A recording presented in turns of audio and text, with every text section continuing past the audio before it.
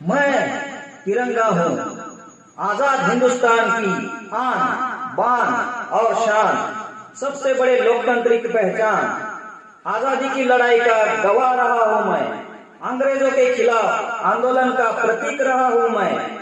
तिलक, बापू, नेहरू और पटेल जैसे देश के बड़े बड़े स्वतंत्रता सेनानियों ने मिलकर मुझे सजाया है, संवारा है। मुझे भारत का राष्ट्रीय झंडा बनाने में 90 साल लग गए। मेरी ये यात्रा बेहद दिलचस्प रही है। इस दौरान मैंने कई रंग बदले। आइए आज मैं आपको दिखाता हूँ अपना हर वो रंग जो आजादी की लड़ाई के दौरान बदलता रहा और आंदोलन को एक नई मंजिल तक पहुंचाता रहा। सबसे पहले मैं आपको ले चलता हूँ मेरठ, जहां अंग्रेजों के खिलाफ पहली बार खुलकर विद्रोह हुआ और जरूरत पड़ी एक झंडे की। अब हम बताते हैं कि किसने पहले झंडा फहराया। सन 1904 में विवेकानंद की शिष्या सिस्टर निवेदिता ने पहली बार एक ध्वज बनाया, जिसे बाद में सिस्टर निवेदिता ध्वज से जाना गया। ये झंडा लाल रंग से बना हुआ था। इसके बीच में पीले रंग का वज्र और आसपास 101 सफेद रंग के दीप थे। वज्र की बाईं ओर बंगाली भाषा में वंदे और दाई ओर मातरम लिखा हुआ था। इसके बाद पहली बार भारत का झंडा 7 अगस्त 1906 को कलकत्ता में पारसी बागान स्क्वायर में फहराया गया था। इस झंडे में हरे, पीले और लाल रंग की 3 पट्टियां थी। इसमें ऊपर की तरफ 8 कमल बनाए गए थे। बीच की पट्टी में वंदे मातरम लिखा हुआ था और नीचे की पट्टी में दाईं ओर सूरज बना हुआ था और बाईं ओर चांद बना हुआ था। लेकिन यह एक गैर अधिकारी राष्ट्रीय झंडा था। भारत का ये पहला झंडा ज्यादा दिन तक नहीं रहा और अगले ही साल यानी 1907 में इसमें कुछ जरूरी बदलाव किए गए।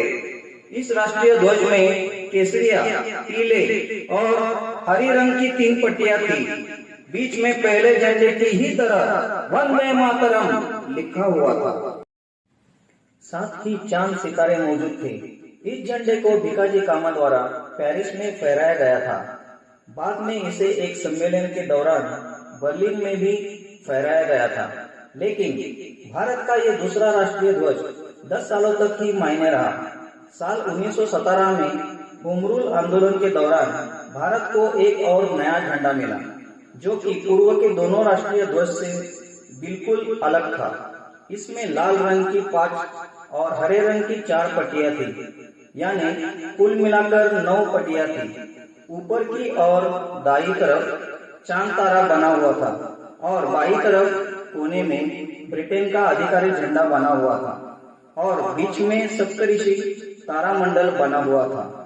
साल 1917 में इस झंडे को होमेनी बेसेंट और लोकमान्य तिलक ने फहराया था।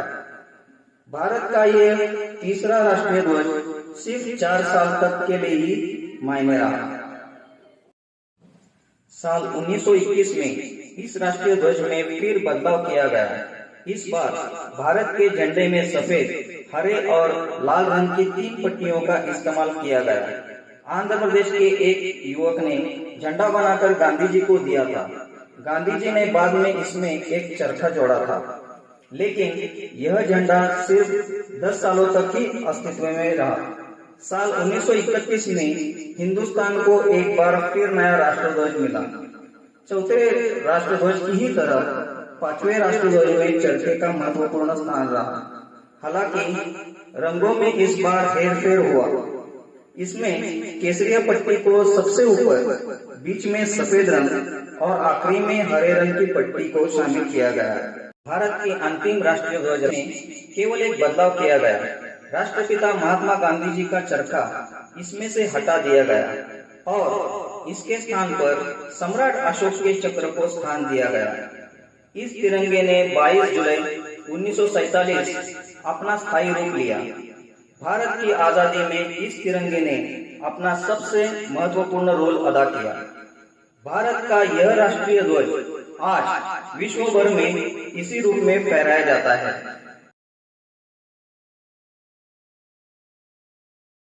रविंद्रनाथ टैगोर ने 1911 में एक कविता लिखी थी जो 5 पदों में थी। इसी कविता के पहले पद को राष्ट्रगान में लिया गया है।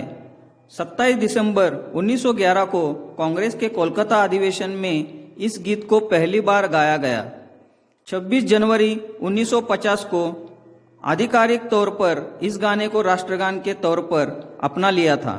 तो अब बोलिए मेरे साथ, भारत माता की जय, भारत माता की जय, वंदे वंदे